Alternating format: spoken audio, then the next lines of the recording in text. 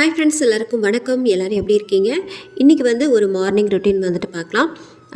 இன்றைக்கி வந்து பார்த்திங்கன்னா, அதான் மழை பெஞ்சிட்டே இருந்தது. என்ன தான் மழை பெஞ்சாலும், குளிர் அடித்தாலும், வெயில் காய்ஞ்சாலும் நம்ம வந்துட்டு எழுந்திருக்கிற பழக்கம் வந்துட்டு எழுந்திரிச்சு தான் ஆகணும். ஸோ அதனால் வந்துட்டு எழுந்திரிச்சாச்சு. எழுந்திரிச்சிட்டு அப்படியே வந்துட்டு என்னோடய வேலையை வந்துட்டு ஸ்டார்ட் பண்ணிட்டேன். ஃபஸ்ட்டு என்ன, நமக்கு வந்துட்டு புத்துணர்ச்சி தரக்கூடிய ஒரு காஃபி, அதை போட்டு குடிச்சிடலாம் ஃபஸ்ட்டு. எங்கள் வீட்டில் பார்த்தீங்கன்னா இந்த காஃபி பாட்டில் வந்துட்டு நிறைய இருக்கும். இந்த கல்யாணம் ஆனதுலேருந்தே நான் இந்த காஃபி பாட்டில் வந்துட்டு வாங்கிட்டே இருப்பேன். சரி, இவ்வளோ பாட்டில் நம்ம ஏன் வாங்குகிறோம், இதை தூக்கி போடுறதுக்கும் வந்துட்டு மனசு இல்லையா? அதனால் வந்துட்டு அதில் எல்லாத்தையும் இந்த மிளகாத்தூள், பெப்பர், ஜீரகத்தூள் சொல்லிட்டு போட்டு வச்சுருந்தேன். அதை வந்துட்டு இன்னொரு வீடியோவில் வந்துட்டு நான் ஏற்கனவே அப்லோட் பண்ணியிருக்கேன், நீங்கள் பார்த்துருப்பீங்க. இருந்தாலும் கண்ணாடி ஆச்சு இல்லையா, பிளாஸ்டிக் அப்படின்னாலே வந்துட்டு நம்ம தூக்கி போட்டுடலாம். இந்த கண்ணாடி பாட்டில் அப்படின்றதுனால வந்துட்டு தூக்கி போடாமல் அது எல்லாத்தையுமே நான் யூஸ் பண்ணிகிட்ருக்கேன். ஆனால் இந்த பாட்டிலாக வந்துட்டு சேர்ந்து போச்சு அப்படின்னா கண்டிப்பாக வீடு நிறைய ஆகிடும் சொல்லிட்டு நான் இப்போ அந்த பேக்கெட்டில் தான் வந்துட்டு வாங்குறது. பேக்கெட்டில் வாங்கிட்டு நான் அந்த காஃபி பாட்டிலே வந்துட்டு கொட்டி வச்சுடுவேன். காலையிலே வந்துட்டு என்ன குழம்பு வைக்கிறது அப்படின்றது ஒவ்வொரு வீட்லேயும் வந்துட்டு இருக்கிற ஒரு டென்ஷன் தான்.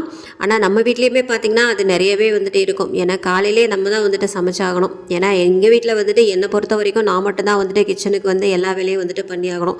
மற்றவங்களாம் வந்துட்டு 2 பசங்க, ஹஸ்பண்டு வேலைக்கு, ஸ்கூலுக்கு வந்துட்டு போயிடுவாங்க. அந்த மாதிரி நமக்கு வந்துட்டு ஹெல்ப் பண்ணுறதுக்கு அப்படின்ட்டு ஆள் எதுவும் கிடையாது. அதனால் நம்ம தான் எந்திரிச்சாகணுமே சொல்லிட்டு கண்டிப்பாக வந்துட்டு அலாரம் அடிக்கிறதுக்கு முன்னாடியே வந்துட்டு எந்திரிச்சிருவேன். சில டைம் வந்துட்டு எப்பயுமே வந்துட்டு ரெஸ்ட்டு அப்படின்றது வந்துட்டு கிடையாது. காலையில் வந்துட்டு எழுந்திரிச்சு தான் ஆகணும். நம்ம தான் வந்துட்டு எல்லாமே பண்ணி ஆகணும். அதனால் வந்துட்டு எப்பவும் போல் எழுந்திரிச்சாச்சு. காலையில் 5 மணிக்கெலாம் எழுந்ததும் நம்ம வேலையை வந்துட்டு ஸ்டார்ட் பண்ண முடியாது இல்லையா? அப்படியே கொஞ்சம் காஃபி குடிச்சிட்டு கொஞ்சம் நேரம் உட்காந்துட்டு இப்படியே தான் வந்துட்டு போயிட்டுருக்கோம். இன்றைக்கி வந்து பார்த்திங்கன்னா காலிஃப்ளவர் வச்சு குழம்பு பண்ணலான்னு நினச்சேன். இந்த காலிஃப்ளவர் வாங்கினதே வந்துட்டு 65 பண்ணலான்னு நினச்சேன். அப்புறம் பார்த்தா சரி, என்ன குழம்பு வைக்கிறதுனே சுத்தமாக ஐடியா இல்லை. இது தேங்காய் அரைச்சி ஊற்றணும் அப்படின்னா கொஞ்சம் நல்லாயிருக்குமே சொல்லிட்டு தான் காலிஃப்ளவர் குழம்பு வந்துட்டு இன்றைக்கி பண்ணிட்டேன். காலிஃப்ளவர் குழம்பு வந்துட்டு பண்ணுறதுக்கு ஃபஸ்ட்டு வந்து காலிஃப்ளவரை வந்துட்டு தண்ணியில் போட்டு நல்லா மஞ்சத்தூள், உப்புலாம் போட்டு வேக வச்சுக்கலாம். அதுக்கப்புறமா வந்துட்டு வேறொரு பாத்திரத்தில் எண்ணெய், சோம்பு, வெங்காயம் நல்லா வந்துட்டு வதங்கினதுக்கப்புறமா நம்ம வந்து தக்காளி சேர்த்துக்கலாம். தக்காளி வந்துட்டு நம்ம வதக்கிக்கிட்டே இருக்கக்கூடாது. கொஞ்சமாக கல் உப்பு சேர்த்துட்டு அப்படியே லைட்டாக வதக்கி விட்டுட்டு நம்ம மூடி போட்டு ஒரு 2 நிமிஷத்துக்கு அப்படியே விட்டோம் அப்படின்னா சூப்பராக வந்துட்டு தக்காளி வதங்கிடும். நான் ஏற்கனவே வந்துட்டு பல வீடியோவில் வந்துட்டு சொல்லியிருப்பேன். இந்த காலிஃப்ளவர் குழம்பு வச்சுட்டு நம்ம என்ன சைட் டிஷ் பண்ணலான்ட்டு யோசிச்சுட்டே தான் இருந்தேன். அப்புறம் பார்த்தா அந்த கத்திரிக்காய் வந்துட்டு நிறையவே இருந்தது. சரி, அது வந்து நல்ல ஒரு நாட்டு கத்திரிக்காவாக வந்துட்டு வாங்கிட்டு வந்திருந்தாங்க. இது வந்து தக்காளி, வெங்காயம்லாம் போட்டு நல்ல ஒரு சைட் டிஷ் வந்துட்டு பண்ணிடலாம். ஏன்னா எண்ணெய் கத்திரிக்காய்னு சொல்லுவாங்கள்ல, அந்த மாதிரி பண்ணிடலாம் அப்படின்ட்டு தோணுச்சு. சரின்ட்டு அதுக்கு தான் வந்துட்டு நான் வெங்காயம், தக்காளிலாம் வந்துட்டு கட் பண்ணிகிட்டு இருந்தேன்.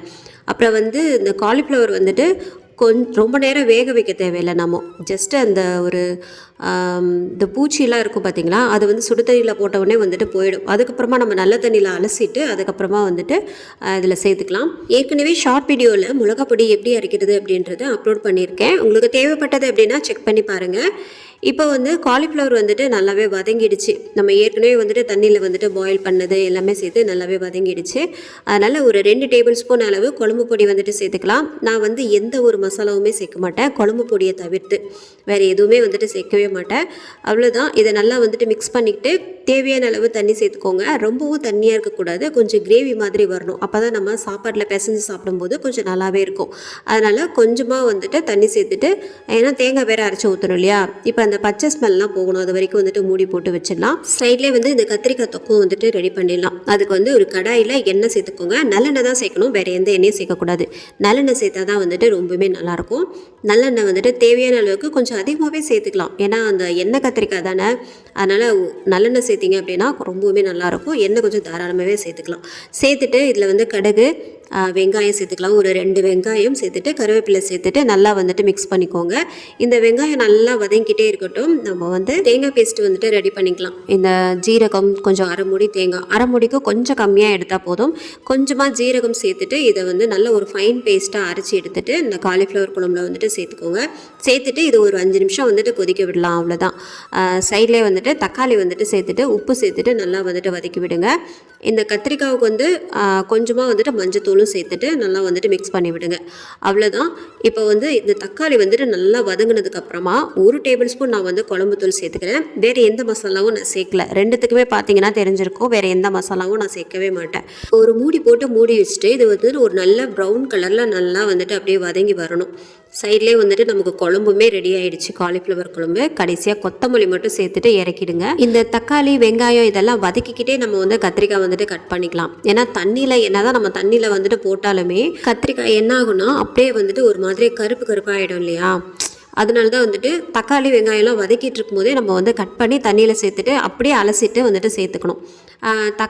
கத்திரிக்காய் நீங்கள் ஒரு வேளை வந்துட்டு முன்னாடியே கட் பண்ணுறீங்க அப்படின்னா என்ன பண்ணணும்னா, தண்ணி சேர்த்துட்டு அதில் கொஞ்சமாக கல் உப்பு சேர்த்துக்கோங்க. சேர்த்துட்டு இதை வந்து நல்லா கத்திரிக்காயையும் சேர்த்துட்டு அதை வந்துட்டு கொஞ்சம் நேரம் போட்டிங்க அப்படின்னா கூட உங்களுக்கு கத்திரிக்காய் வந்துட்டு கருக்காமல் வந்துட்டு அப்படியே இருக்கும். அவ்வளோதான். இப்போ நம்ம சிம்லேயே வச்சு மூடி போட்டு இடையிடையே வந்துட்டு நல்லா கிளறி விட்டுக்கிட்டே இருந்தோம்னா நமக்கு கத்திரிக்காய் தொக்கு சூப்பராக வந்துட்டு ரெடி ஆகிடும். இது வந்து சாம்பார் சாதத்துக்கூடையும் தயிர் சாதத்துக்கூடையும் பார்த்தீங்கன்னா சூப்பராக இருக்கும். கண்டிப்பாக வந்துட்டு ட்ரை பண்ணி பாருங்கள். சில பேர் வீட்டில் இந்த பசங்க வந்துட்டு இந்த கத்திரிக்காய் இந்த பாவக்காய்லாம் சாப்பிட மாட்டாங்கல்ல. ஆனால் என்னோடய பசங்க பார்த்தீங்கன்னா இந்த கத்திரிக்காவும் இந்த மாதிரி பண்ணால் அவங்களுக்கு ரொம்பவும் பிடிக்கும். இந்த கத்திரிக்காய் தொக்கு அப்புறம் வந்து பாவக்காய் இது எல்லாமே வந்துட்டு நான் பண்ணேன் அப்படின்னா கண்டிப்பாக வந்துட்டு சாப்பிடுவாங்க, வேண்டான்னு சொல்லவே மாட்டாங்க. இந்த காலிஃப்ளவரும் கொஞ்சம் காரமாக இருக்கிற மாதிரி இருக்கும், கத்திரிக்காவும் கொஞ்சம் காரமாக இருக்கிற மாதிரி இருக்கும் இல்லையா. அதனாலே பார்த்தீங்கன்னா நான் சைட்லேயே வந்துட்டு இந்த தயிர் வந்து தாளித்து கொடுத்து விட்டேன். ஏன்னா தயிர் சாதத்தை கூடயும் இந்த காலிஃப்ளவர் குழம்பு அப்புறம் இந்த கத்திரிக்காய் இதோடு சேர்த்து வச்சு சாப்பிடும்போது நல்லாயிருக்கும் இல்லையா. அதனால தான் பார்த்தீங்கன்னா இந்த மாதிரி வந்துட்டு பண்ணி கொடுத்துட்டேன். ஒரு வழியாக வந்துட்டு லஞ்சு வந்துட்டு முடிஞ்சுது. அதோடு வந்துட்டு நம்ம மற்ற வேலைகள்லாம் வந்துட்டு ஸ்டார்ட் பண்ணோம். இந்த கார்த்திகை தீபம் வேறு வருது, அதுக்குண்டான வேலையெல்லாம் வந்துட்டு பார்க்கணும் இல்லையா. அதனால் காலையிலே சமையல் முடிச்சிடுறது அப்படி ரொம்ப ரொம்ப இது இல்லைன்னா வந்துட்டு பார்த்திங்கன்னா சண்டே மாதிரி தான் நமக்கு வந்துட்டு லேட் ஆகும். மத்தியானம் ஃபுல்லாக சமைச்சிட்ருக்கணும், அந்த மாதிரி போகும். லீவு நாள் அப்போ கூட எனக்கு எப்படின்னா காலையிலே எழுந்திரிச்சு சமைச்சா ரொம்பவே நல்லது அப்படின்ட்டு தான் தோணுது. ஏன்னா கொஞ்சம் சீக்கிரமாக வேலை முடிஞ்ச மாதிரி இருக்கும். நம்ம வந்து காலையிலே எழுந்திரிச்சாலே நமக்கு நிறைய வேலைகள் வந்துட்டு கம்மியாகும். அப்படி தான் வந்துட்டு நிறைய பேரும் வந்துட்டு பண்ணுறாங்கன்னு நினைக்கிறேன். காலையில் கொஞ்சம் நேரம் தூங்கிட்டோம் அப்படின்னா ரொம்ப நேரம் ஆன மாதிரி இருக்கும். நமக்கு வந்துட்டு டைம் வந்துட்டு நேரத்தை வந்துட்டு நம்ம எப்போவே வேஸ்ட் பண்ணவே கூடாது. அப்படி தான் வந்துட்டு நானும் நினைக்கிறேன். ஒரு வழியாக வந்துட்டு லஞ்ச் வந்துட்டு பேக் பண்ணி கொடுத்தாச்சு. டெய்லியுமே வந்துட்டு புலம்பிக்கிட்டே தான் இருப்போம், என்ன குழம்பு வைக்கன்ட்டு. ஆனாலும் பார்த்திங்கன்னா எதையாவது ஒன்று வச்சு கொடுத்து விட்டுருவேன். நம்ம வைக்கிறது தான். ஆனால் எனக்கு என்ன தோணுதோ அதை வந்துட்டு கரெக்டாக வந்துட்டு வச்சு கொடுத்துருவேன் நான். இதுக்கப்புறம் வந்துட்டு இதோட வேலை முடியுதா அப்படின்னு கேட்டிங்கன்னா கண்டிப்பாக கிடையாது. ஏன்னா வந்துட்டு இதுக்கப்புறம் தான் நமக்கு வந்துட்டு நிறைய வேலை இருக்குது. அதுக்கப்புறம் கிச்சன் க்ளீன் பண்ணணும், வீடு பெருக்கணும், வீடு துடைக்கணும்னு சொல்லிட்டு நிறைய வந்துட்டு வேலை இருக்கும். நாம் ஏதாவது ஒரு பொருளை வந்துட்டு அழகாக அடுக்கி வச்சுட்டு நல்லா சுத்தம் பண்ணி வச்சுட்டு போவோம். ஆனால் வந்துட்டு மறாவது நாள் பார்த்தா அந்த பொருள் வச்ச இடத்துல வந்துட்டு இருக்காது. வீட்லேயே இருக்கிறோம், நமக்கு இதான் வேலை அப்படின்ற மாதிரி ஆயிடுச்சு இப்போல்லாம்.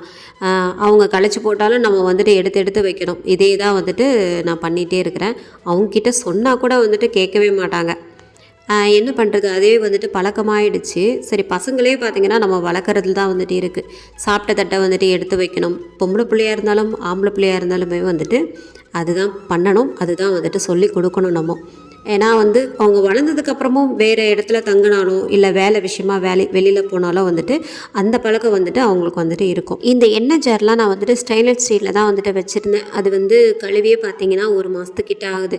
அதனால் இன்றைக்கி வந்துட்டு ரொம்பவும் எண்ணெய் பிசுக்காக இருந்ததா, அதனால் வந்துட்டு என்ன பண்ணேன், இன்றைக்கி அந்த கொஞ்சமாக நம்ம வேஸ்ட்டான பாத்திரத்தில் என்ன பண்ணணும், கொஞ்சமாக தண்ணி விட்டுட்டு அதில் லிக்விட் மட்டும் சேர்த்துட்டு அதை வந்து நான் ஒரு மணி நேரம் இல்லை 2 மணி நேரம் வந்துட்டு நல்லா ஊற விட்டுருவேன். அதுக்கப்புறம் தான் வந்துட்டு தேய்ப்பேன். சரி, அதுக்குள்ளே வந்துட்டு ஒரு 11 மணி ஆயிடுச்சு அப்படின்னா நமக்கு ஏதாவது ஒன்று குடிக்கணும் போல் இருக்கும். எல்லாருக்கும் அப்படி தோணுமா என்னன்னு தெரியல, ஆனால் எனக்கு அப்படி தான் தோணுது. சில டைம் வந்துட்டு நான் காஃபி குடிப்பேன்.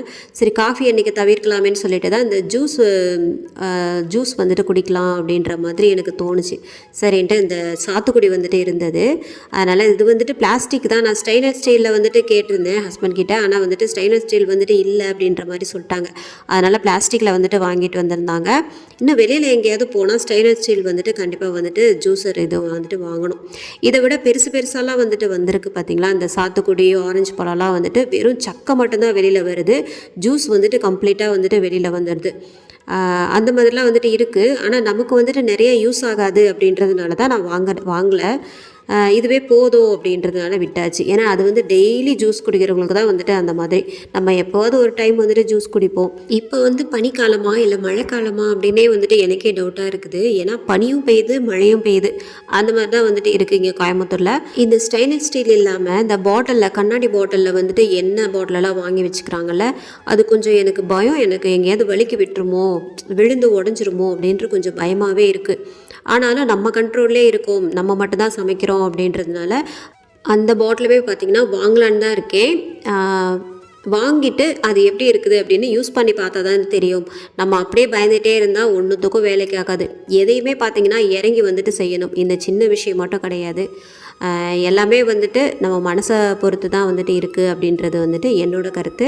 நான் வந்து இந்த எண்ணெய் டப்பாவை கிட்டத்தட்ட ஒரு அரை மணி நேரமாக நல்லா தேய்ச்சிக்கிட்டே இருந்தேன். எண்ணெய் பிசுக்கு போகவே இல்லை, ரொம்ப நேரமாக ஆயிடுச்சு. திரும்பவும் கழுவுற, திரும்பவும் பார்த்திங்கன்னா அதில் இருக்குது. அப்படியே வந்துட்டு அந்த ஸ்க்ரப்பரை போட்டு தேய்ச்சிக்கிட்டே இருந்தேன்.